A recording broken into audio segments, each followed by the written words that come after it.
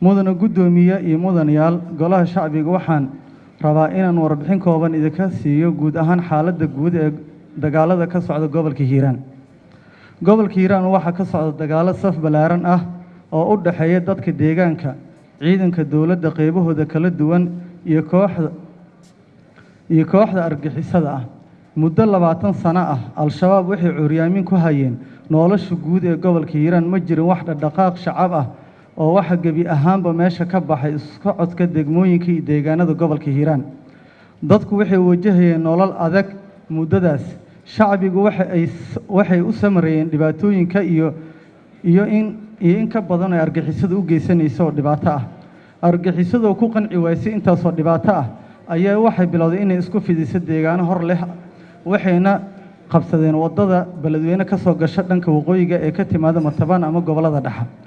waxay halkaas ka sameysteen meelo ay ka qaadaan canshuuraha. yoomiina waxay ka aruurin jireen lacag lagu qiyaaso 30,000 ilaa 40,000, taasoo ah il dhaqaale oo ay ku sii dhibaateynayaan ummadda Soomaaliyeed. maciishada ayaa qaali noqotay magaalada beledweyne, waxa guud ahaan istaagay dhaqdhaqaaqii ganacsiga. maciishadii caadigana dadku waxay awoodi waayeen inay gataan. dadka deegaanka u dulqaadi waaya ayaa sameeyay abaabul ka dhan ah Al-Shabaab. waxay bilaabeen dagaalo qaraar ay ku wajahayaan ururka nabadiidka ee argixisada Al-Shabaab. dagaaladaas waxaa hogaaminayay dadka u yaqaanaan ama magaca loogu baxshay macawiisleeda deegaanka loogu yaqaano.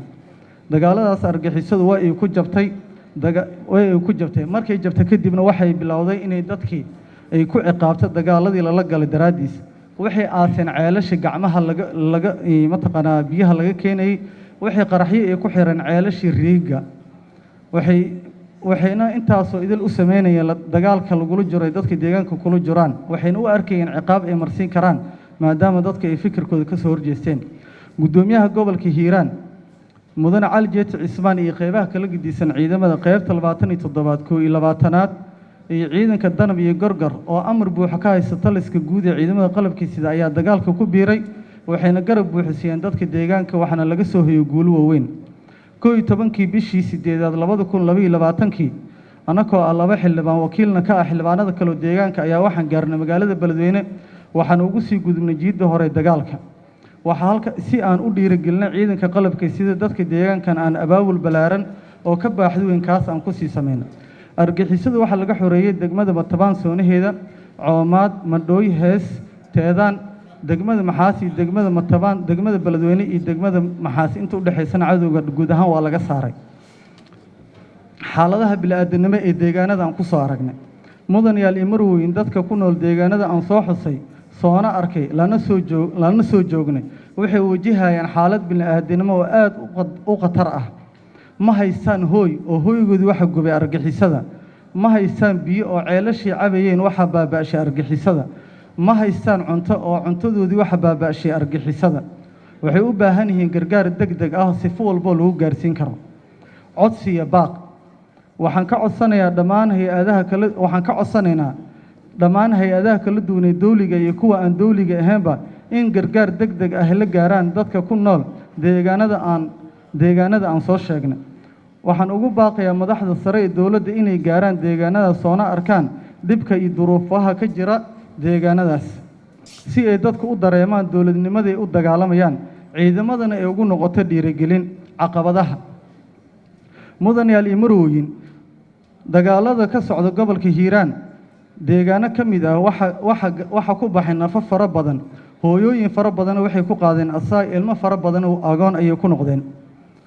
haddii aan la helin qorshe waara oo lagu sii xoojinayo gacan ku haynta deegaanada si ay cadowga mar kale gacanta ugu dhigin, waxay noqon kartaa caqabad weyn oo soo wajahda dadka deegaanka ah. maxaa yeelay argixisada mar labaad waxay isku hooli doonaan inay ka argusadaan dadka deegaanka oo la dagaalamay. haddii aysan dowladdu garabka hadda ay siisay aysan joogteynin oo ciidanka dib ugu soo baxaana waxaa ka dhalan doona caqabad aad iyo aad u culus.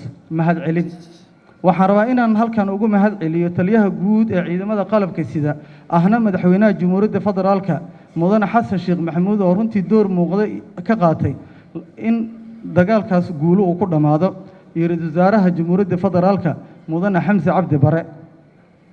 waxaa xusid mudan iyadana in madaxda deegaanka, madaxda heer gobol, isteedka iyakana ay tageen degmada Maxaas ee gobolka Hiiraan waa madaxweynaha iyo madaxweyne ku-xigeenka kuwaas oo iyakana xaaladaha ugu hurgalayay sidoo kale gudoomiyaha waxaan kaloo rabaa inaan halkan hortiina ugu mahad celiyo dhammaan dadkii ka qayb qaatay colka dagaaladaas inay ku dhamaadaan natiijo wanaagsan oo ugu horeeyo gudoomiyaha gobolka oo muddo 3 bilood ah oo hogaaminayay xafiisyadiisa shaqadana ugu maqnaay furmaha dagaalkana uu ku jiray ugu dambeyn